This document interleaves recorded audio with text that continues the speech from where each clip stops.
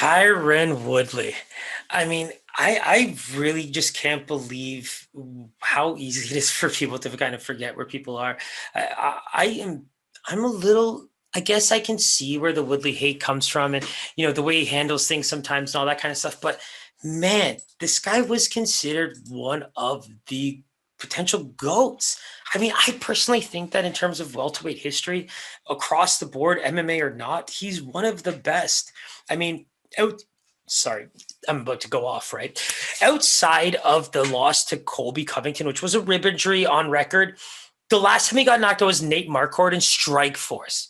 So this man has gone through the best welterweights on the planet post GSP era and just smashed. When you look at his losses, I mean, they're against some of the best in the world. And his 3 of his 9 have come in his last 3 against Gilbert Burns, Kamaru Usman, and Colby Covington. All 3, which who have barely, been that close, if not touched gold in their own weird way for some.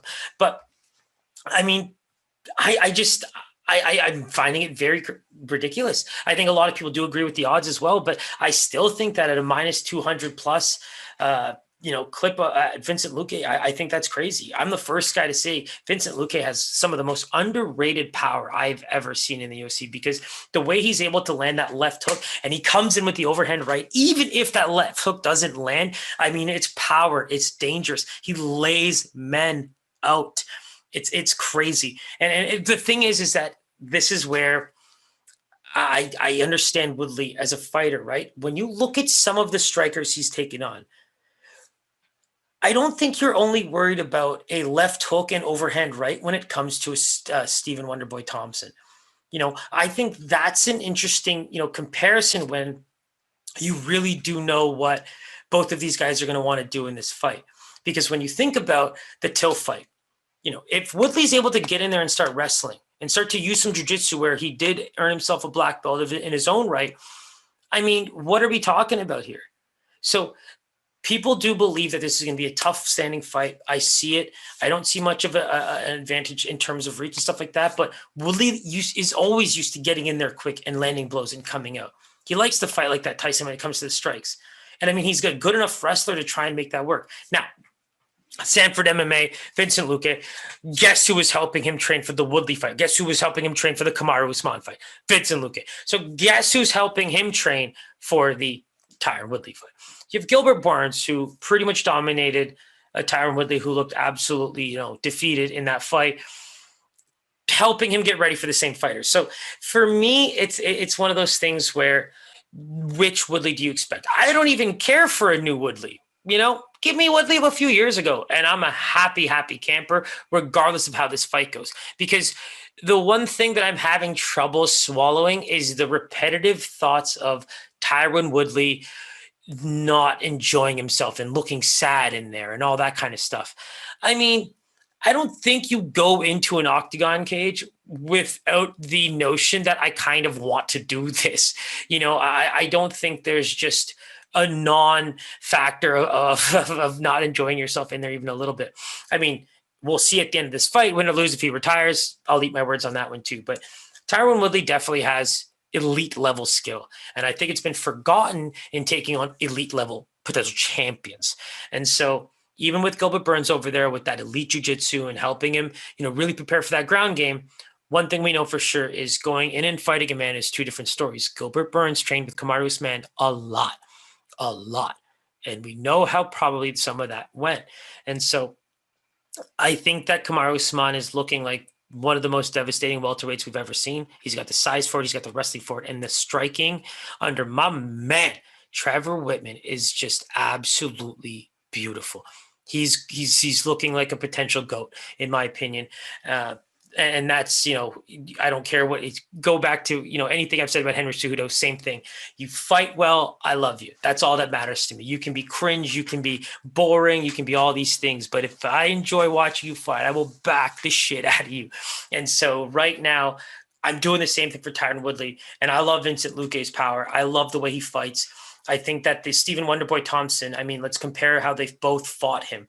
When you look at the way that Stephen Wonderboy Thompson was able to wait for his opportunity to finish Vincent Luque, He never got that opportunity in 2 fights against Tyron Woodley. So the way I see it is, you want to harp on Tyron Woodley for the way he fought Stephen Wonderboy Thompson.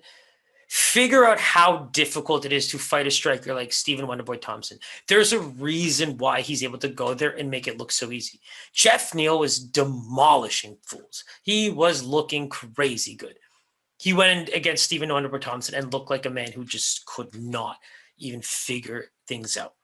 So say what you will about Woodley. I mean, the guy defended his title well, and he took on the guys when he needed to, and taking on too much might have just been his only goddamn issue.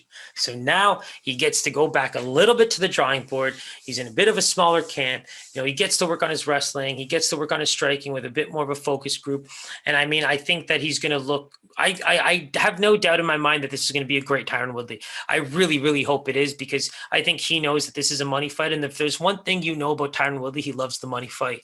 You know, I think that he knows that even if this isn't, you know, if this is his last fight in the UFC, I mean, if he wants to still keep fighting, this is a fight where you can put on a show and still get your paper in another organization. But, you know, I personally think, win or lose, he deserves to be in the UFC. That's my personal opinion. I just don't see any reason for a guy like that, even if it's personal or anything like that, to not be at this level, even at it's all champions, right? I mean, at the end of the day, it's all championship level fighters. So I'm excited for this fight. As you can tell, I put some time into this. I think that the way the left hook and overhand right come in, if Tyron Woodley is aware of that, if he's able to time it, he's quick. His legs always move. He's worked on his cardio. He's gone to 5-round fights. Like, let's be real. This is his first 3rd-round fight in a long time. I think I actually made a note of that here. The last 3rd-round fight he was even in was the Kelvin Gastelum fight, where he won via split decision. So I'm pretty certain that when we're looking at the type of fighters that Tyron Woodley's taken on back in those days, I mean, let's be real. There's just, it's tough to say when you look at ending Josh Koscheck, Carlos Condit with that knee injury, and then he lost to Captain Canada, Rory McDonald, but then Jung Hyun Kim, Kelvin Gastelum, then Robbie Lawler, Stephen Thompson twice, Damian Maia, Darren Till. Like, let's be real. This guy is elite of elite. And I think that this weekend we're going to see a version of him that is going to dictate the rest of his career. Maybe he retires. We don't know. But Vincent Luque's got the power to end careers if he wants. The thing I love about Vincent Luque is, you know, despite me kind of making the left hook and overhand right seem so simple, is that, you know, even when he had to like take it to the ground, he has kind of finishing move like that Darce, right? He loves that Darce choke. So the way he finished Nico Price, where he pieced him up, and Nico Price can take blows. And so once he got the opportunity, you know, Nico Price was trying to get in there, and boom, you see him flip him right over, right close to the fence, no space to move, finishes the fight. That's where I think Vincent Luque can surprise us, right? If that jiu-jitsu is improving with a guy like Gilbert Burns, you know, sky's the limit for a guy like this who continuously finds ways to win fights. And again, taking on the best competition in guys like Tyron Woodley. So that's what makes me excited for this fight, right? Big time striker. He's shown some of that prowess with that Darce choke. I just think it's the perfect test for Tyron Woodley to see if, you know, if he still belongs and if he wants to keep doing this. And so I can't wait for this fight. To me, this is basically a main event, even though we lost the title fight. I'm excited to watch both these guys fight because I love them both.